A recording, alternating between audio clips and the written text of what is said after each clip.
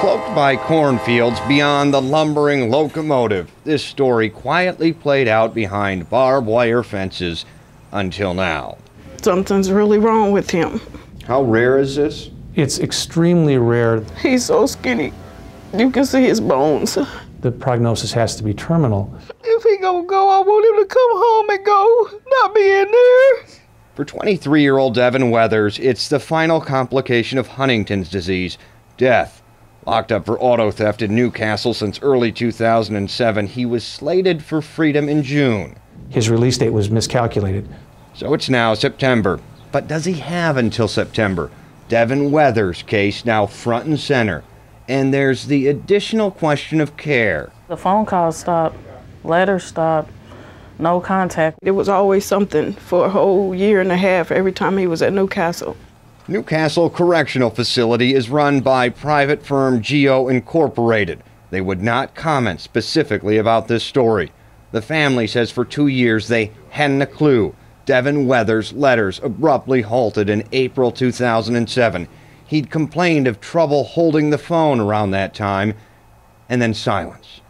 It's unknown when, but Weathers was diagnosed with Huntington's disease, an incurable genetic brain-wasting killer. Hallucinations, uncontrolled movement, part of a litany of symptoms. The mental and physical rigors lead more than 1 in 4 with Huntington's to attempt suicide. Videos on YouTube are a slideshow of vibrance withered away. One comes with a disclaimer, quote, "Warning, this video is very, very sad." 2 years of no contact. Mom finally saw her son. They had so many guards in the room with us.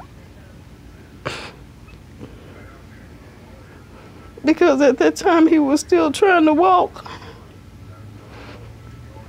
He wouldn't be still, and his body was jerking. And he kept hollering for food, for food. Some older sister got him, went to get some food for him. And he dropped it off on the floor, and he jumped down the floor and started eating it like a dog. The guard said he drops his tray every day, so some days he don't get no food if he drops his tray. That was last fall. This month, we got wind of the story and requested to speak with the ailing young man. It was approved.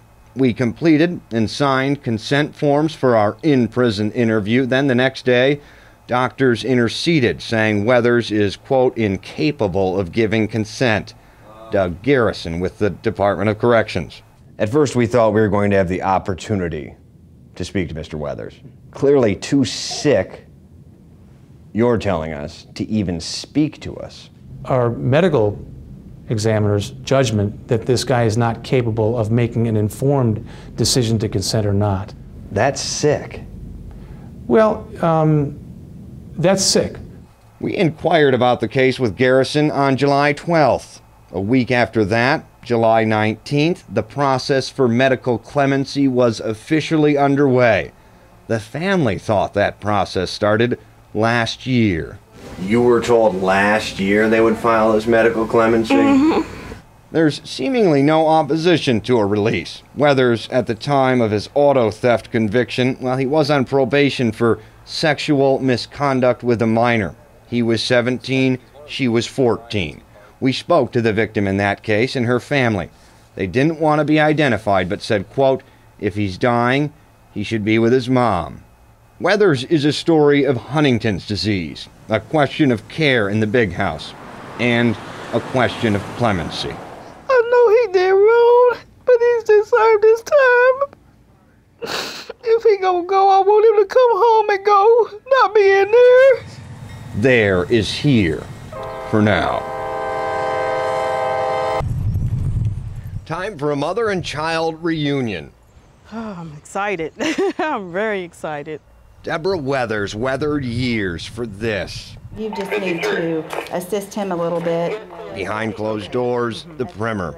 Devin Weathers in prison for auto theft since '07. When his letters stopped, family claimed they were stonewalled from seeing him. Then they discovered he suffered the rigors of Huntington's disease, a brain-wasting killer passed on to him from his father. It always kills, and Mom worried about his care. In our first story, she recalled her first meeting after months and months. He kept hollering for food, And he dropped it off on the floor, and he jumped down the floor and started eating it like a dog. The guard said he drops his tray every day, so some days he don't get no food if he drops his tray. She says guards told her if he drops his tray, he doesn't eat. The communication stopped because he couldn't write, talk. The contractor that runs Newcastle's told 24-Hour News 8 they can't comment on third-party allegations. It was potentially going to be a case for Governor Daniels' medical clemency, too sick to serve. He's only granted one such release in his tenure, a thief dying of cancer. He was released and soon after died. Weathers' case never made it to the governor's office. Although sick, Weathers' death wasn't deemed immediately imminent. And they also thought he could reoffend. Today, his release date. Devin, Brad wants to meet you. Hey, buddy. No.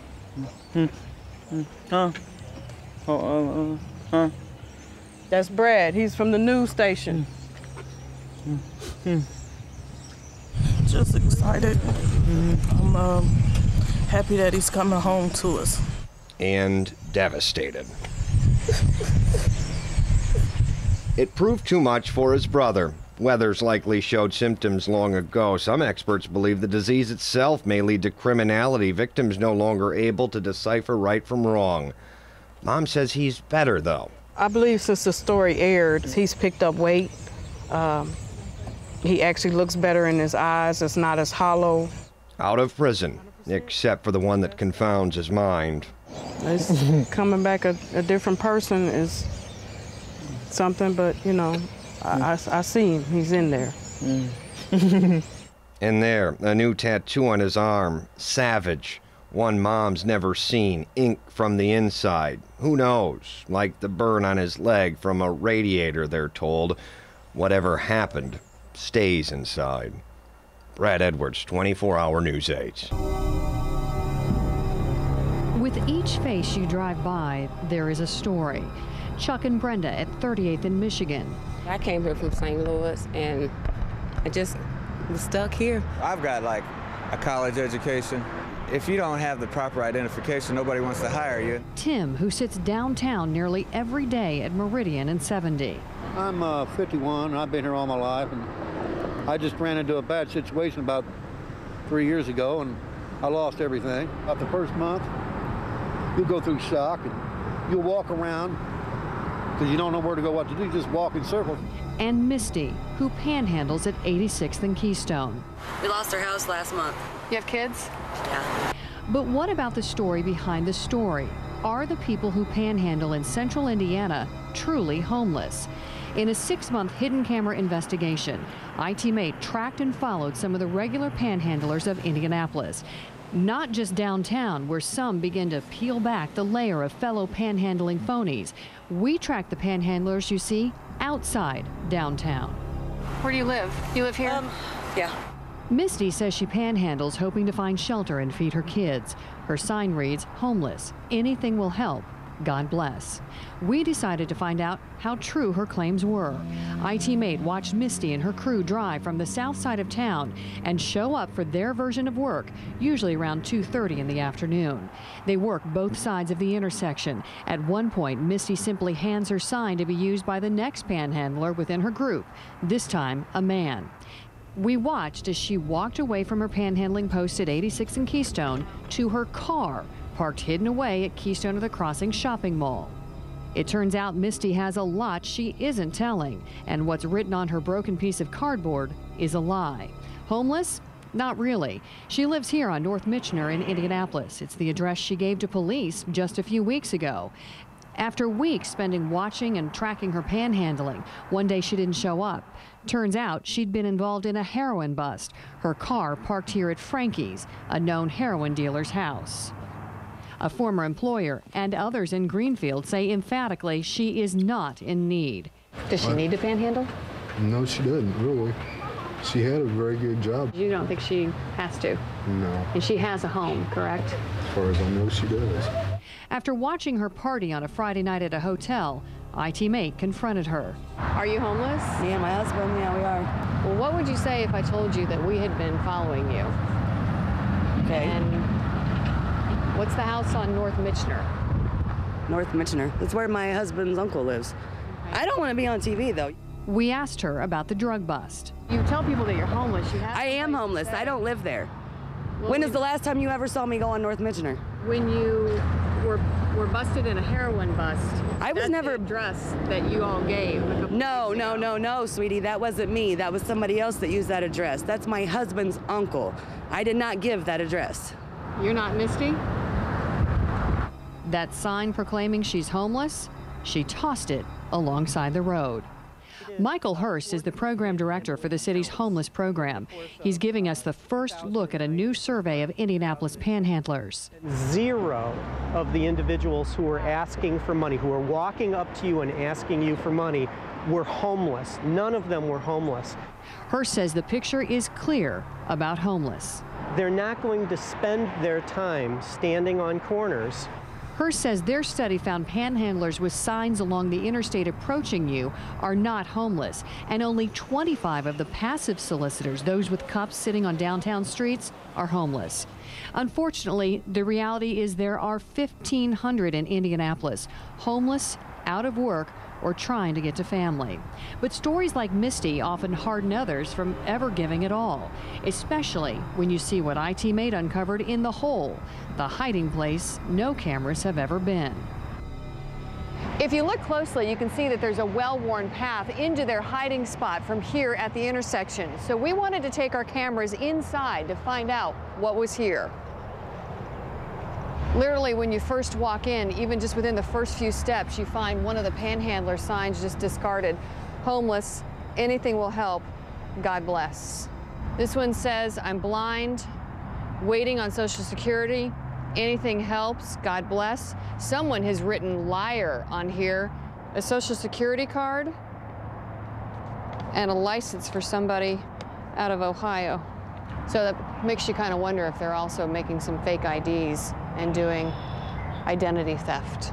So in all, as you come back here, it really opens up into the wooded area. We find almost a dozen signs used by panhandlers, stashed here or just tossed away when they're done. Because they are repeat coming back onto this corner, chances are they're going to keep using some of these same signs over and over. There are a lot of people who are making camp back here. I didn't expect all these signs to be back here, just stashed. This is clearly an area that has been used for a long time. It may never be clear what Misty and others do with the cash you donate, but homeless advocates in Indianapolis point to their new study that none of those panhandlers are in the situation they claim.